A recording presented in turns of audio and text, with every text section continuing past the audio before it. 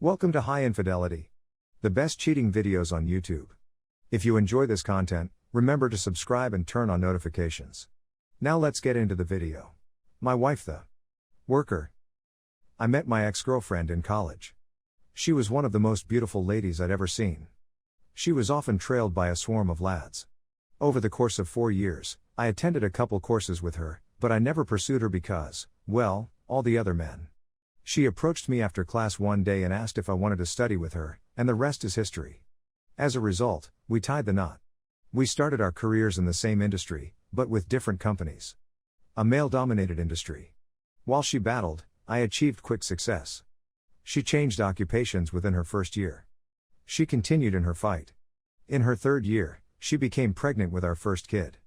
She persevered throughout the pregnancy. Her doctor suggested a cervix biopsy at a routine exam a few weeks after she gave birth. The tests revealed the presence of precancerous cells.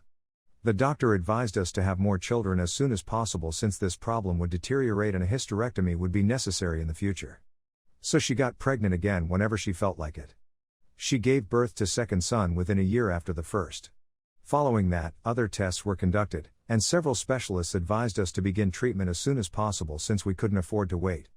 Her surgery was performed when her 2 children were still infants. She was disappointed that she couldn't have children, since we had planned for a large family. She worked hard to become a fantastic mother, and she was successful, is. She chose to be a stay-at-home mother. She was in charge of everything at home. Meanwhile, my career was advancing. I was offered a position with another company with a large pay raise. Life is fantastic. When the boys entered school, she volunteered and eventually became a regular. I should say that we went to school together. A and B. We saw each other all the time. Their first kid was born around the same time as ours. They have a single kid. We went on family vacations, meals, and travels, and we were the best of friends. After the birth of her baby, A, the mother, returned to work and is now fairly successful. B also had a good job until around 2001, when it was terminated. Because the economy was so awful at the time, he had difficulty finding work in his field. Because they did not want to move, it was arranged that he would work as a sod while looking for jobs in the area where we lived. The X and B participated in children's activities together. They hung together even though they were all in school. You may probably deduce that they had an affair by now. I realize this is a long story, but it is not yet finished. In the morning, after almost a year of great, B asked X whether she and I had ever considered A. We were still having a fantastic, if not slower, connection, so it was all dream talk. B wanted to invite a buddy into the bedroom with them. The X concurred. The day came, and this individual, C, arrived to B's house. As X and B warmed up, he took off his suit. As a result, they had their trio. Following that, the man said that he was accustomed to having to pay for, so he left a few $100s and asked X if he could have a one-on-one with X. She said that she needed to think about it and that B would contact him later. C ultimately recommended another person, and a corporation was formed. B ultimately got a new job and had to leave X alone. She dialed another phone number. She rented a storage unit and turned it into a closet/office. She spent the money on apparel as requested by her clientele. She even purchased a vehicle since she didn't want her minivan to be seen at a hotel. A decent hotel room had to be paid for by the boys. She stored the automobile in a storage facility. Everything had to be paid for in cash. I don't recall her ever bringing money into our lives. However, throughout the summer, we would send the kids to different day camps. She said she had to lower our budget to pay for it. She worked solely throughout the school day. She was usually the one who picked up the boys from school. On rare instances, B would pick them up and keep them till she returned home. Our family's well-being was never jeopardized. I admit that I was working a lot and making my way up the corporate ladder.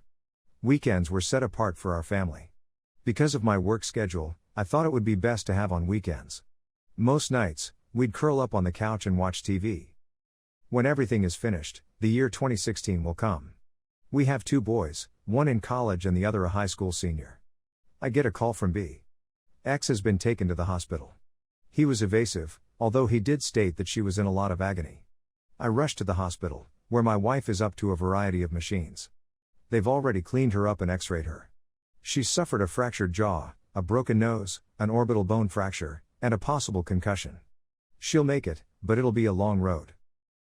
A police officer completed his duties and left. Of course, I'm interested in what happened. She was yelling and speaking gibberish due to her tears and pain medications. I was instructed by a nurse to let her rest. They were going to lock her up. She handed me a bag full of her clothes. I glanced inside and asked if they were hers since she seldom wears heels and the ensemble seemed strange to me. This is what they brought from the hotel room, according to the nurse. As a consequence, I was pushed out of the room. I called my guys to let them know. Later that night, when the drug's effects started to wear off, I was able to put together a portion of the story. She vanished once again. I asked my youngest son to stand in for her and dial B. What prompted him to contact me? How could he have known about it before I did? What is the situation? So B informed me what my wife was up to while leaving out the adultery and his participation. I was devastated. We were able to bring her home after she had jaw surgery. The nose, on the other hand, would be patient. She became better at home. I discovered the whole story as she became stronger. I phoned A and told her about the affair, as well as B's pimp status. B was ejected. As she rose up, I told her that we were finished. I asked her to go. She moved into B's residence. I began the divorce procedure. For the last 5 years, I've been divorced. I'm still in love with her. It's as if she's no longer alive. The agony of grief is unbearable. My boys are well aware of what she has done. I haven't heard anything from her since she left. Update 1, I made the original post a few weeks ago. You may look at my profile. I didn't post an update since there wasn't anything to say. Until last night, that is. I got a phone call from my eldest son, R, who is away for the holiday weekend. He received a phone call from a friend informing him that his brother, S, had been in a motorbike accident. He was riding beside him but did not see the crash since he was going ahead. I rushed to the hospital's emergency room. They were cleaning S and taking x-rays of him. I was advised to take a seat and wait for the doctor. I heard my name a few minutes later, as I was laying back and closing my eyes. When I glance up, I see my ex standing in the doorway. She inquired about the latest news. I said that I was waiting. She inquired as to if she might sit with me. I motioned for her to take a seat next to me. I haven't seen her in 5 years, since the divorce. I had no idea what to anticipate. I expected her to be deformed as a result of her beating. She wasn't all, despite the fact that her face wasn't as lovely as I remembered. The only difference I saw was that her eyes no longer gleamed. This was a feature I couldn't get enough of. Her eyes didn't appear the same even with the mask on. It's interesting what you observe. Her face used to light up when she smiled. I'm guessing she's simply resting face now.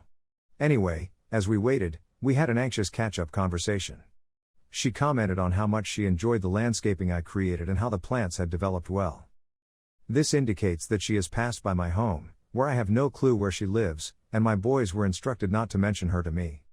I attempted to get rid of any recollection of her throughout and after the divorce. I replaced the shrubs in the yard since she had designed and planted them. I forgot to note that the interior of the home was also remodeled. I even tore down a wall. For months, I had a construction dumpster on my driveway. She inquired as to how I was doing. I'm not sure why, but I was honest that I had brought myself to a halt by working too hard. I did, however, recently see a therapist and join a gym.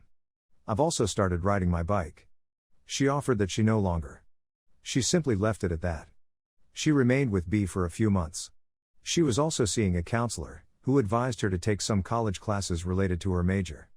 That took a few years. She is currently working full-time. She said that she had dated seldom, leaving the comment up for me to respond to. I believe the lads were keeping her up to speed on my whereabouts, so I didn't have much to say. The doctor arrived and discussed the nature of the damage. The most significant injury was to his foot and ankle, which were trapped under the bike when it crashed. He was going to have surgery today. Everything is okay, all he has to do now is recuperate and rehab. So, depending on his head damage, a little concussion, he'll be until at least tomorrow. I offered my home as a place to stay since I have a room and can work from home. We will finish it today, despite the fact that his mother will want to visit. That will be a process of healing for me. Final update, my kid is doing great. He has a long way to go. We've agreed he'll remain here until he recovers. He intends to return to work the following week. His supervisor is arranging for him to work from home. I can barely fit him in the back seat of my SUV because he has to stretch.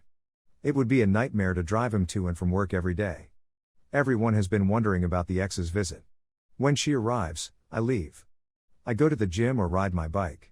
My eldest son attempted to have a sit-down meal with the four of us, but I refused. She has been quite nice. She has not attempted to impose anything. She approaches and sits with our kid. She will prepare supper for them. When she cooks, she brings groceries. When his buddies come over, it may become a little boisterous for me, but when there are guests, he forgets about his issue. It would be an exaggeration to say we never converse. Our chats are always about our boys and their life.